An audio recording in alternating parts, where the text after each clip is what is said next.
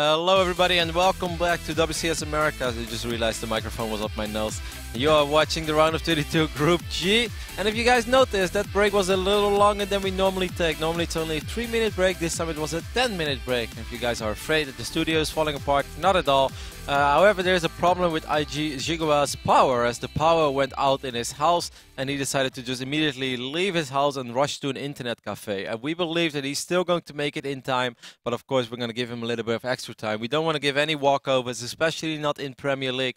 Now, we can't wait for days, especially since it's very late or early for TaeJa. I'm not sure which approach he took to playing his WCS America Premier League matches, but he has a little bit of extra time, and I think it's going to work out. I think XiGua will still be here in time, and then we can still watch our winner bracket match.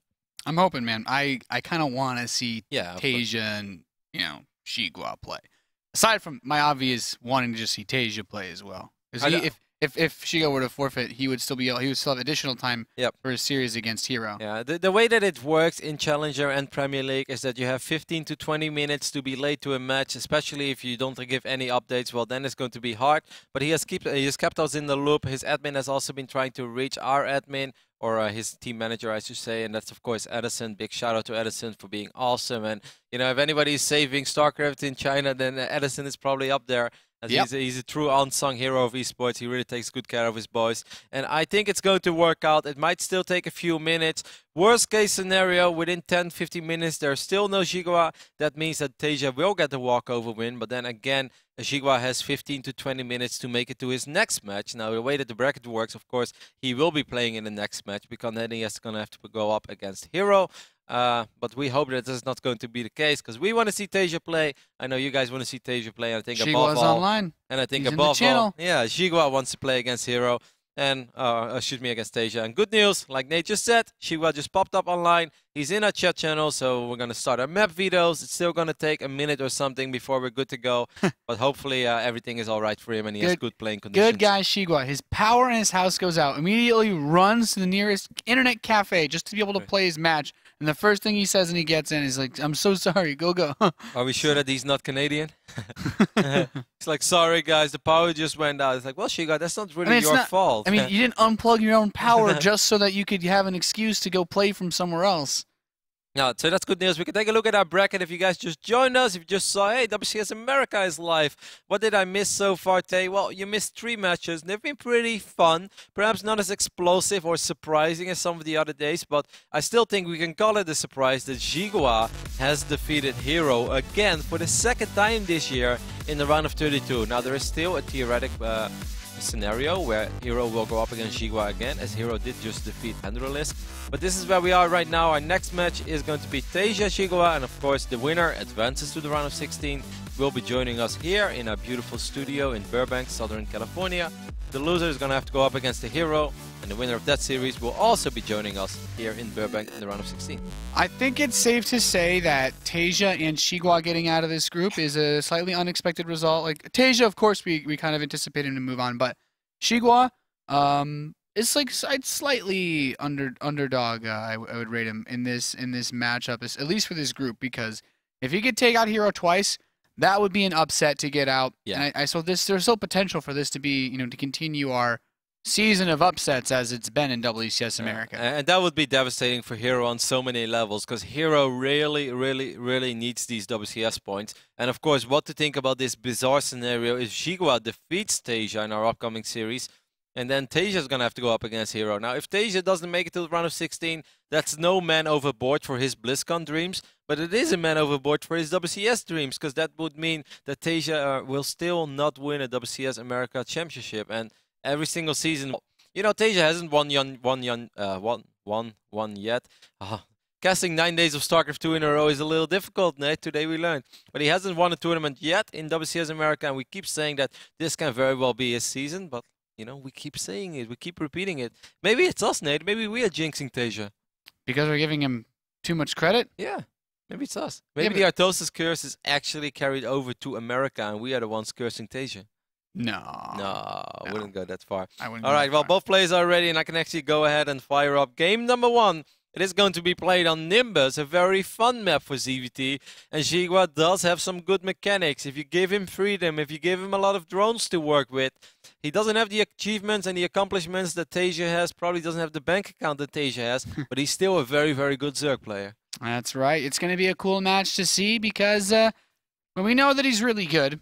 But taking out Hero, no small feat, that's for sure. That TaeJa is going to be probably one of the... He could technically be one of the hardest players you have to play against in the whole tournament. Yeah, of course that's as well that Henry Lisk was eliminated, and it's really nothing to feel bad about Henry. It's an amazingly difficult group, especially if your best matchup is ZVZ and you keep running in against some of the best Protosses and Terraces around the world. Either way, we're loaded in. We can go ahead and hop into Nimbus for our 4th series of the day. Once more, we apologize for the small inconvenience and the slightly longer pause than we normally had, but hey, these kind of things happen. Sometimes it's out of our control.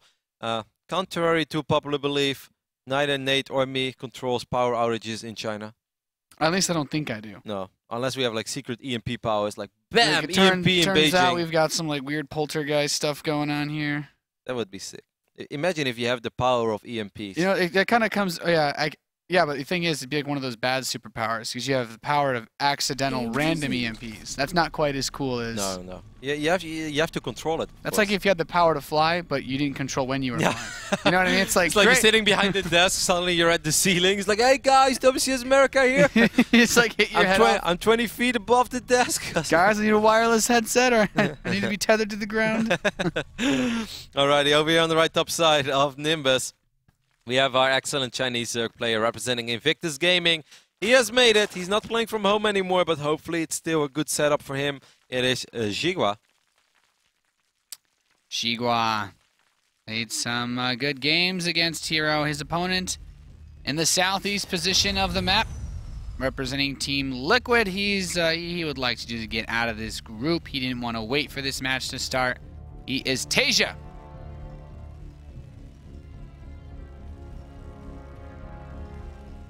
Yeah, TaeJa was pretty vocal in chat. He's like, alright, we can wait a few minutes. He's like, but I would like to not wait too long. Of course, you know, life of TaeJa is probably very busy. It's not easy. Yeah. Counting rubber bands. Stacks on stacks on stacks. After racks on racks on racks. Especially as a Terran player. He's going to go Command Center first. Against Hatch first. This is pretty standard for this map.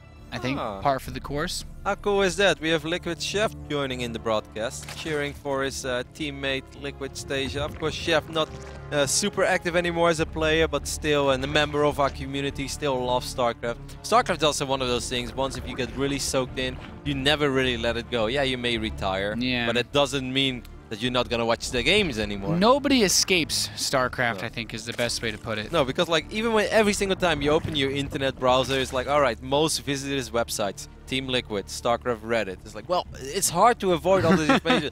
Twitter, Facebook, you know, well, I'm Facebook friends with all these StarCraft players.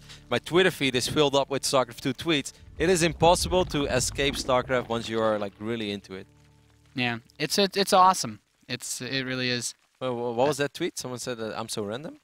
I think someone said you're awesome. Oh, I thought it's like rather than if they were so that's random. The beauty of neither of us being able to fully read it means I can just say it said you're awesome. Don't worry. Alright, cool. Because if I was so random, I would actually I'd be shaking in my boots a little bit. Oh. Well. Oh, he was talking about the power outage being so random, and he said XiGua, what a champ though. That's cool. Alrighty. Ah, okay. I like it. No, XiGua is a champ. Hey man, this guy's a problem solver. Yeah. Some people, when bad things happen to them, they just like, sit behind their PC and they're like, what can I do? Like, I don't know what to do. Can we have my match moved? She goes like, actually no. He's like, I got this. XiGua actually just like jumped on his bicycle through Beijing traffic, or I think he's in Beijing, but he could be in Shanghai as well. I could be mistaken. This barracks is just doing some jumping jacks. You know, when I was young, there used to be this firework called jumping jacks. They're really cool. You throw them on the ground and they start spinning around in beautiful colors. Green, yellow, orange. And they make this very funny sound. And then it just goes out like a candle. Yeah, they're pretty cool. It's very safe, even when you're young. Hey man, I had the red, white, and blue ones. Those are better. With stars in the end, and little sprinkles. You know it. 51 sprinkles. That would actually be cool. Fireworks. Either way, Command Center first, of course, very economic opening for TaeJa. Factory is about to finish up, just like this reactor. Went only a single Rex after his Command Center first, and now another Command Center. If you talk about economy, Nate, TaeJa, he's studying business. He's going to have money for days, to say the least. This is a very greedy opening. However, XiGua, he's taking a third hatchery himself, so doesn't necessarily mean that he's going to play a crazy macro-heavy game, because we've seen players do all sorts of wacky stuff when it comes to things like roach attacks, baneling attacks. Even though he opened up with speed, could go into roaches very quickly. But it looks like he's actually ready to just, I guess he wants to just play a full-on macro game against TaeJa. But he wouldn't need the baneling nest this early. Yeah, unless he's just misreading the game. That is possible as well, because he hasn't seen that third command center yet. So for all he knows, there could be a second factory, there could be a very quick armory being added to all these crazy shenanigans. So a couple of banelings can also be very useful defensively. But needless to say, Nate and me are going to keep a close eye on that production tab, because if suddenly we see 32 Zerglings being produced, well, then there is a chance he wants to be aggressive regardless. Yeah, the third base could have just been him trying to sell the economic play. And you know what? With this next wave of lings queued up, Roddy. Already has 12, and actually has 14 already, 20 more on the way. That's 34 lings. TaeJa's going to test the waters at first. He's going to deny creep tumor. He has his Hellions over here. He's like, okay, well, this is a large map. I haven't seen everything. Knowing TaeJa, he's probably always aware of this being a possibility. Even has a bunker behind the supply depot. I like that a lot. But like nothing but Zerglings for our good old XiGua. If he can somehow surround these Hellions, but off creep is going to be very difficult. This is TaeJa. You have to be careful, XiGua. Sets up the sandwich though, but he needs to trap the Hellions. He gets them. He does get on top. This is incredibly important for XiGua. He's still producing nothing but Zerglings. Even though he's going to kill the Hellions, he did lose the majority of his standing forces. He lost 25 Zerglings, basically. TaeJa's moving his command center around. It's like, well, that's adorable, good sir. 8 banelings on the way. Banelings, of course, will be able to bust through this supply depot. This is the second bunker. Okay, TaeJa knows exactly what's up. He's like, hey, you were a little too eager to actually kill my Hellions. And killing Hellions is good, I know that, but you made too many Zerglings to be happy, to be satisfied with just killing my Hellions. So XiGua is going to go for the baneling bust instead. I'm not sure if it's going to work, Nate. It's going to be tricky. He has a lot of banelings, though. Yeah, the Zerglings are coming in. He's got the Banes from behind. He's taking out the bunker. Still some Marines standing. He's getting on top of some of these SCVs as well. Okay. The second bunker doesn't finish. GG, XiGua. Wow. XiGua takes a 1-0 lead over TaeJa with a lot of Zerglings morphing into banelings after trapping the Hellions on the left top side of the map. Busts through the supply wall, blows up the bunker, blows up the remaining Marines, and suddenly we are one map win away from having TaeJa and Hero go up against each other for elimination, and only one spot to the round of 16. Do you know, more importantly than which player gets out of this group? Do you know how this messes up ESL Fantasy League? Exactly. There are so many people. Internet points. There are so many people that are like those 89% of you that voted for TaeJa are all like, oh man, I need my points. And there's this like 1.2%. This one guy. Yeah, this one guy's like, my plan's about to come true. This is like, okay, now I really want to see if someone can somehow do the map. If someone actually predicted Igus and XiGua to win both those groups. Because if, you know, the 1%... There's this one guy that probably went through. No. Like, he probably had like a trolley team name too, like Foreigner-Hope or something as his team name. And he's like, I'm just going to pick everyone that should come in last place. Yeah. And now this guy's actually got the most points and no one can outrun him. It's actually like, you know, like the house mom. It's like 45-year-old house mom who has never watched StarCraft. She's like, XiGua, what a lovely name. I think XiGua is going to win this group. Igus, that sounds amazing. My husband is from Australia. I vote for the Australian. That is the only way that you can make such calls, Nate. Because there is no one in his right mind who watches a lot of StarCraft that thinks that XiGua would win a group over TaeJa and Hero. No. That does not happen. It just doesn't happen. Oh, man. The thing is, XiGua's going to need to do something similar to that build in the next game. I'm actually getting nervous, and I'm not really sure why, because this really doesn't have an influence on my life one way or the other. But, I mean, it does influence my internet points. I'm part of the 90%. Yeah. I picked TaeJa. I don't want to lose my internet fantasy points. Me too, but I just think that I was not mentally ready to actually cast this type of a broadcast. Because like when you go into a broadcast, you think about what could happen. You think about the things that you will potentially talk about. But this was a scenario that I've not prepared. If XiGua ends up winning this group, we're going to have that TaeJa versus Hero. And normally, the only way we would mention that is to keep you guys tuned to the broadcast, because we want to build up that 0.01% of potential tension of seeing the two Liquid brothers go up against each other, one for a spot in the round of 16, one for elimination. And now we are one map win away from that happening. It is actually about to happen. And XiGua is, and you said it in the start of the day, you said TaeJa never wins his round of 32 group. I jinxed myself by picking TaeJa to win the group too. Oh my god, and the second map is actually going to be played on merry-go-round. And I don't say oh my god because some people think it's very funny when I say merry-go-round. I still haven't figured out why yet, but merry-go-round is a map where we see a lot of funky Zerg stuff, and if there's one map where I see the good old Roach Bane still be successful, it is definitely on merry-go-round. Yeah, merry-go-round is a great map for Roaches, Banelings, all things aggressive for Zerg. Upsets. Upsets as well. You know. The last time I saw TaeJa play on this map in a round of 32 for WCS America was against Neeb last season, and he lost this map. How did that TvZ? Why do I not remember that? He Hellion dropped him. He did that build that people hate me on ladder because I do. Was TaeJa right top and Neeb left top? Neeb was bottom, TaeJa was top right. Ah, yeah. Okay. Yeah. Did the Hellion Marine drop, and all his Marines are lined up, and. Ah, yeah, that's right. Alrighty, so TaeJa is ready. XiGua is ready for game number 2.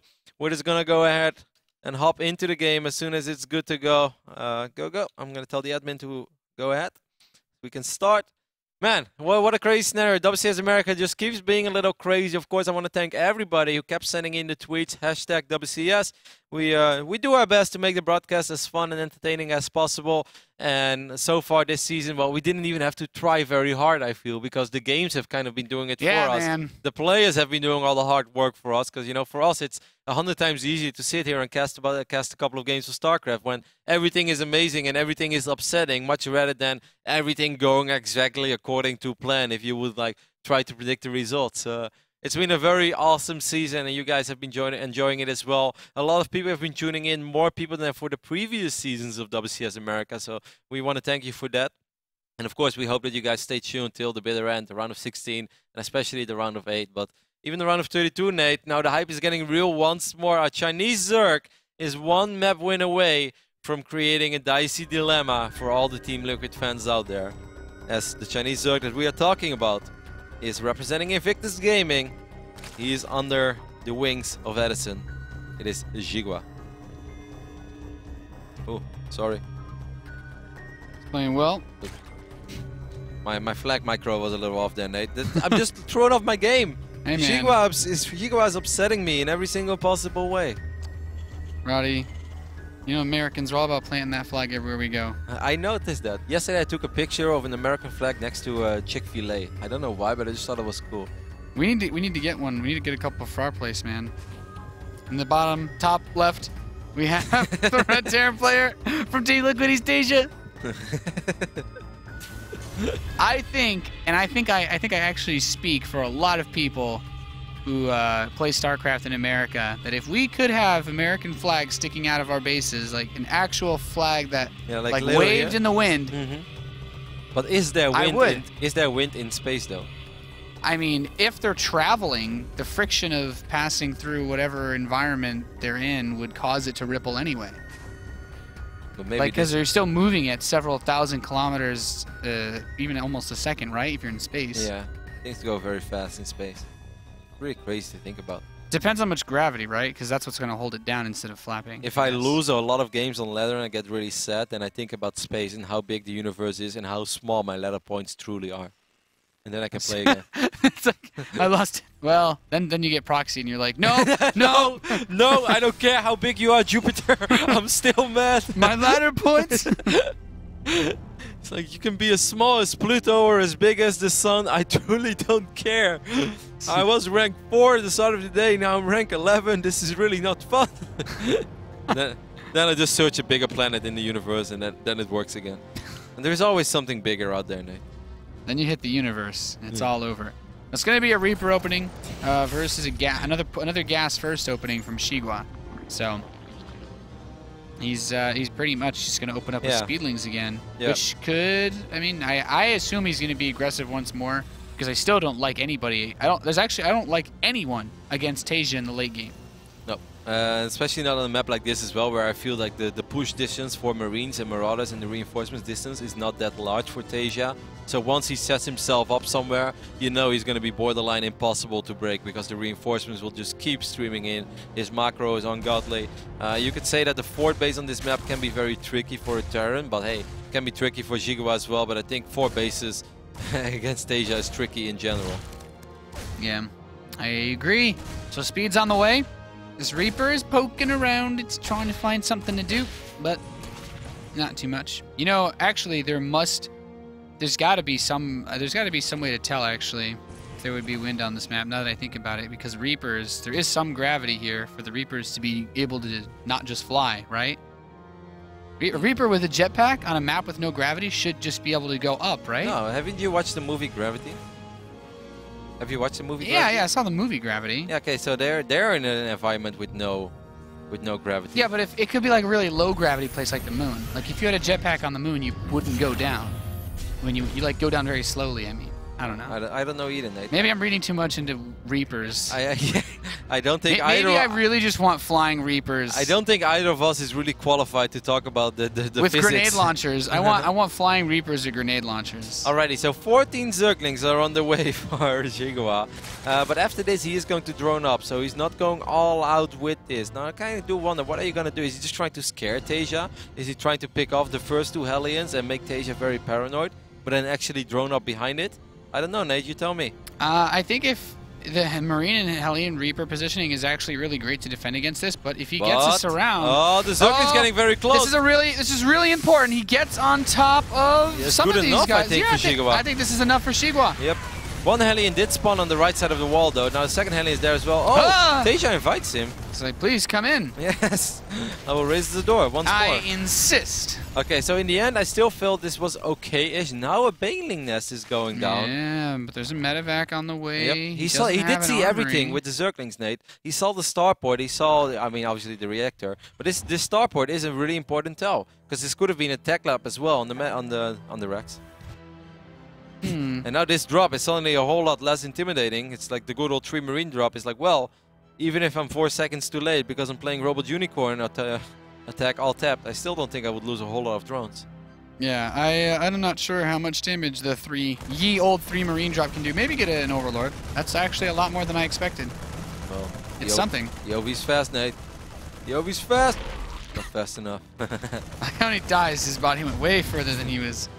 Yeah, he's like, well, his limbs made it to safety. Well, there's our wind. Yeah. If he was a chicken, he could have perhaps lived a few more seconds. Alright, the Queen starts working on this medevac. One of the Marines did die. So far, it's a Marine from Overlord. The other Queens are still in a good position. This is nice for XiGua, Nate. He's picking up the medevac. Man, XiGua's balling out of control right now. Okay, now here are still the Hellions. There are a lot of Zerglings on the way. Queens are out of position, but we already have 17 Zerglings. With 31 Zerglings, I think he should be okay without losing too many drones, right? Right. He's trying to get us around. He's moving in behind the mineral line, and these Hellions, man. It's good. They've gotten some good shots off on these Lings, but they're not actually killing drones. Exactly. It's good enough, I think, for XiGua as long... Okay, use those Zerglings too. He's already counterattacking. XiGua, there are still 2 Hellions roasting all your drones. XiGua? XiGua? Are you there? Yes, anybody home? Power outage? Alright, here we go. Man, he lost a few drones there, which he really didn't have to lose. Lost 5 workers, but already sending all of his Zerglings across the map. Still no layer attack. This is going to be it. TaeJa is going to need a planetary fortress at the front and 3 bunkers. Okay, now okay, how much only Ruff would put a planetary He has 3 Marines right now, there. Nate. 24 Banelings. Oh my god. That's a lot of Banelings. Viking is scouting. He sees Zerglings. XiGua is hiding the Zerglings. He's like, yeah, there's my Zerglings on this side of the map. And now he's going to send them to the other side of the map. Oh my god. Do you think it's possible? I mean, like, there's like no Marines for TaeJa. He has 4 Marines, Nate. You could do it. 3 bunkers, What is he going to blow up? The supply post and then the bunkers? 3 empty bunkers. Okay, is TaeJa going to be supply blocked? Yes, he is. Here are the Hellions. The Hellions need to kill so many Banelings. Careful. Oh! Okay, he just sacrificed all of his Banelings on the bunker. So far, the micro is really good for TaeJa. Still a few Banelings. Stim! No! No stim! Nice denial. He's getting in on top of that SCV line as well. Hellions killing most of those, but the mineral line and the natural. He actually still has one of these bunkers standing. Okay, so TaeJa is fine, but he lost stim. Okay, yeah, that's really frustrating. Okay, but it's still good enough. I mean, like, obviously, if he would have had stim, it would have been a lot better, but now marine production can finally start. He lost the tech lab there, he lost an other reactor, I believe, but at least he didn't lose an overwhelming amount of SCVs. Actually, only lost 7. And he still has those 1-1 upgrades. Yep. Yeah, I mean... Well, here comes round 2, Roddy. 1-1 upgrades are awesome, but he only has 7 banelings. So this time the Zerglings really need to surround these Hellions. Here we go, once more. Orbitals being lifted. Banelings getting good connections this time, I feel. Oh, he surrounds all the Hellions. Oh my god, it's happening. Is it happening, Nate? It's happening, Roddy. Is it happening? He's making it happen. He's getting inside the main base now. The Zerglings on top of the production. A couple more Hellions come out. Those are very important. These Banelings heading towards the SCVs. He's waiting for Marines. He's waiting for Marines to spawn and then kill the Banelings. I would have liked to see the Banelings just blow up all these SCVs, because then even if the game doesn't end here, XiGua has a shot. Oh man, TaeJa actually doing some really nice micro with these few medevacs. And he trapped the Zerglings. We are looking right now at 45 Zerglings. There's so many Zerglings trying to go into this base. All right. More I can't believe he actually survived that. Okay, now I think XiGua should just go again immediately. Like, go. Oh, Hellbats. Okay. Those bad boys are going to have a ball with this. 34 drones still for XiGua. No layer. But they can't run from the Banelings. Yep. Plus 2 attacks starting at the same time as Stim. That's funny. Okay, now we have 13 Marines though. But we also have 55 Zerglings. Less Banelings, more Zerglings. A lot of Hellbats though, so Banelings going to be important for you, XiGua. TaeJa is opening the doors for him. He's like, please try. Well, he's gonna try. Yeah, he's definitely gonna try. These Hellbats though, they can't really run from the Banelings all too well. They're dead. There's a couple Marines. Oh, there's 1 Hellbat left. Oh, all the Zerglings died as well. What a great hold by TaeJa. Yeah, and he still has 3 orbitals, so SCVs, man, it ain't nothing but a thing. He's gonna go take his 3rd. He's like, yep, I'm good. TaeJa, you're playing against someone who's really persistent. So what could go bad now for TaeJa if he decides to start dropping because he thinks it's over? How often haven't we seen that? Terran players picking up units, he's like, alright, this is good for me now, just want to keep his economy in check. But then actually you get Baneling busted again. Yeah, but without Stim, like, that's gonna keep him home. Here comes the next wave. The wall's not even tight. And the Baneling still can't really get too many connections. Yeah, I feel every single time there's just going to be less power in these pushes. And XiGua came incredibly close. For a second, it almost looked like it was going to work, but TaeJa with 4 Hellions and 3 Marines just defended like 24 Banelings and 30 Zerglings, and then 12 Banelings and 50 Zerglings, and then another wave of Banelings and Zerglings. Whew, I think Team Liquid's manager just had a minor heart attack, but he's like, all right, we survived that one. So we're looking at a 1-1 score now between TaeJa and XiGua. The winner of this series will qualify for WCS America round of 16. The loser is going to have to go up against Liquid Hero for a spot in the round of 16, but the loser of that series will not make it under no possible circumstance. Nope. So we're down to a 1-1 standstill here between TaeJa and XiGua. Man, XiGua's been bringing the aggression. It looked close. It looked like he had him at the breaking point. A lot of Terran players would have died in that scenario. I would have loved to see him just wiggle those Banelings into those very clumped up SCVs at the mineral line. And maybe all the Zerglings that were in the main, what if he like sends 2 to the corner and morphs those into Banelings and then does it again? Because like if TaeJa survives that with only 15 SCVs or something like that, which I really think was possible for those Banelings to achieve, then I think you're still looking at a game. Of course, we know the good old scenario of triple orbital and well-upgraded units. XiGua is like, I've transitioned once against this Korean Terran hard. He had like 7 SCVs left, and I couldn't win back then. So I better win like right here and right now. That was an ugly game. Yeah. That was an ugly game for XiGua. I'm trying to think how exactly you... I guess he has to try to be aggressive again. King Sejong Station... Does XiGua like roaches? I don't think, no. He's a Mutaling Bane player, pure song. He's not really, he's not your roach type of Then Zerg. I'm worried, man. Worried for XiGua? I'm worried for XiGua. If you actually have to play a real macro game versus TaeJa. Yeah, and I think XiGua has so far shown us as well that he doesn't really have any intentions to do that. No. No. And I really don't blame him for it. It's like, hey, if I would have to play against TaeJa, and I know that if I make it past this best of 3, I secure myself an additional $1,000, another trip to WCS America round of 16, and then maybe I get a group that suits me a little better. Because in all honesty, there's a realistic scenario where XiGua's round of 16 group is going to be easier than this round of 32 group. Yeah. Because these are two of the biggest titans. Yeah, exactly. Being put in a group of TaeJa and Hero is about as awful as it gets. Yes. Like, that's like who would you that's like the only feeling I can relate that to is like when you know that the results are out for one of your school exams and you're you're like running to the board and you're like, no. The results are up, and you're running to the board and you're like, that's no. when they give you. Is that really my name? Connect. Yeah. Yep. Yeah, you get your report card from school and you're like, I know this isn't good. You just don't. You actually never open it. I've done that. Are you enjoying the game, Nate? Oh, sorry. It's okay, Nate. Happens to the best of us. So we are just don't good to open it. He's like, I don't want to see it. I don't want to look at the ugly truth. Then you show up and it's like, well, you were told this group was going to be. It's like, I don't want to play. And like you double check. It's like, really, those numbers next to my name? And that's probably what XiGua did. It's like, Group G. Yep. Yeah. It's really the case. It's really those two liquid guys that I really didn't want to face in the round of 32. Either way, we are loading up our final map now, TaeJa Station.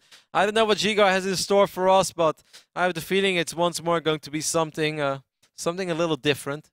And TaeJa is probably going to play this like as safe as possible. I like. It's weird how it worked out for TaeJa, but how fast he got those 1-1 upgrades actually really helped him too. Because when the secondary bust came, he actually had 1-1 versus unupgraded links, and then those Marines they annihilate them. Yeah, he didn't even have that many Marines, but it still makes a difference. Yeah. Of course, I won't say the Hellbest. But it also makes the Marines harder to kill, like with how few he had. Yeah, that's true. Metamax. Because it's not like there was an overwhelming amount of Zerglings anymore, so it's really kind of like you're waiting for things to snowball, like, are the Marines dying or not? Either way, we're loading in game number 3, so we can just go ahead and hop into TaeJa Station for the final map of our second last best of 3 of the day. You're of course still watching WCS America, the premier StarCraft tournament league here in North America. And over here on the left up side of the map, we have a Chinese Zerg. It is Invictus Gaming's XiGua. XiGua has tried to do a couple of crazy things to take out this very scary Korean Terran player that's representing Team Liquid, and of course wants to avoid meeting up with his teammate in the lower bracket match, or the deciding match of the day. It's Liquid TaeJa. He knows that Hero is waiting in that match. Hero is probably watching this series and he's like, come on, give me a break. Then again, like, Hero can't feel like too happy about facing XiGua again either. Like, I'm sure that Hero will still rather face XiGua than TaeJa, but I mean, XiGua has defeated him twice in a row now, so he's definitely no pushover. That's true. I think it's really interesting because Hero definitely doesn't want to play versus TaeJa in the final match. Like with their recent results. Well, this is a great tweet. Yeah, right. This 45-year-old house mom picked Liquid TaeJa. Man, I'm sorry, I didn't try to portray any stereotypes. We're not. I mean, yeah, we just, you know. But that is awesome. We're very happy to see you play in WCS. StarCraft getting some reach, man. Yeah, we're very happy to see, you know, people from all ages compete in the ESL fantasy. Now I'm like, I gotta message my dad and be like, look, Dad, you gotta make a fantasy team on this ESL website so I can tell people that my dad has a better fantasy score than them. I can actually tell my mom as well to do it. So yeah, probably just imagine you go to an esports event, you meet some guy, and you're like, dude, my grandma has more ESL fantasy points than you. Boom. Drop the gauntlet, and it's like, wow, how do you come back from that? There is none. There is just no comeback. Yeah, man. So then it's just like acceptance. It's like, all right, I accept. Oh, these drones are mining the gas really weird. Yeah, but you fix them. Did you know that if you are mining out of an assimilator, refinery, or an extractor, yes, and you like get blocked in, you can't go in the extractor to get and come out on the other side. It's not possible. Yeah, I know that. Yeah. That has happened to me, but I was about to say, because the majority of the time when Nate starts one of these, hey Roddy, did you know? He tells me something that I've never even thought of, so obviously I did not know. Oh, so this one wasn't really that good, huh? No, you know, Nate, we all have our up and downs. Yeah. But I did know that because I trap my pilots where my probes very often. I trap my SCVs and I'm building missile turrets. Like that one lonely guy in the turret actually has a friend who's also stuck there forever. And then it's really stupid. Then you're like, come on, man, just go into the assimilator and hop in on the other side. It's like you both have access to the gas and you can't actually just walk out the front door. Yeah. Like, come on. That was one of the very few little Nate knowledge facts that I did know. But tomorrow you're gonna tell me again that it takes like oh, yeah, now 17 shots for a +1 battle cruiser to kill a carrier. I was like, no, Nate, I did not know that. Or you probably know like 3.8 seconds because they shoot so quick or whatever. No, Nate, I've never thought about that. That's why I'm here, man. Get our random facts going. So, these Zerglings, yeah, this is nice. The command center should actually be able to finish. I'm surprised the Marines didn't already move down, but... In that regard, you actually have a lot in common with Andre Gritorp. He used to have a lot of really, really irrelevant facts as well. Irrelevant? Yes. Sorry. But you both love building armor, you both love rocking a beard, a goatee, and you both play Terran. Like, you and Andre are actually like long-lost soul brothers. Yeah, man. We hung out at the last... I think the last time I saw him was Season 3 last year. Yeah. He's a cool guy. Building armor is awesome, especially in this matchup to come back into the game. Andre is a legend. He's a great dude. For the people who wonder whatever happened to Gritorp, he's living happily ever after in Sin City, Las Vegas. Busy with all kinds of things, but still very big fan of StarCraft. Still watches a lot of the games. Still tweets about the broadcast every now and then. He's a great dude. Yeah. So TaeJa's opening up with this. This, honestly, is just a build I don't ever see. And I'm starting to really like it when I see TaeJa do it, because it just gives you such a fast, like regular Marine harass capability that it really throws off a Zerg player who wants to play a regular macro game. However, of course, we know that XiGua is not necessarily the guy that really wants to play so the this is a little macro games. But this is very similar to what TaeJa did against Hendrilisk in game number 1. Yeah. This is basically a strat that is very old in a way that they used to do it against Protoss, like Marine drop in the main, Hellion run by in the natural. Like, I mean, maybe like the logistics are a little different, but the idea is the same. Yeah, especially in the days before the Photon overcharge. Yeah, Photon overcharge. Yep. You pull the whole Protoss army in the main, and it's like, lol. XiGua only has 12 Zerglings now, so he's gonna have to position his units very accurately. Queen spawns, but perhaps in a very unfortunate moment. Same time, the Queens are battling in the front as well. XiGua, you're losing workers already against the very first drop of TaeJa. He does have enough Zerglings to push this away for now. Yeah, but I feel like he's doing enough. So 1-1 starts up for XiGua pretty early. Like, this is now, he is committed to the macro game. So how many workers did he really lose? Not. He only lost 3. Okay, I think he lost to Queen too, which is pretty rough. But and a few Zerglings. I'm not sure how I feel about this yet. I think TaeJa needs to do a tiny bit more because of this build. Of course, his third command center is so much later than and it his was engineering bays are ridiculously. Yeah. Zerg is almost going to have 1-1 by the time that TaeJa is going to start his 1-1.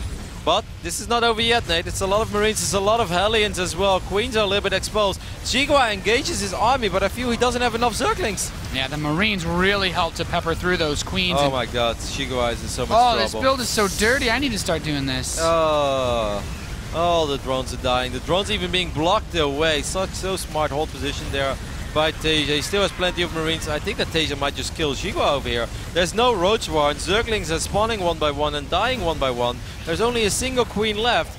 4 Zerglings and a Queen against 5 Hellions and a bunch of Marines under a medevac.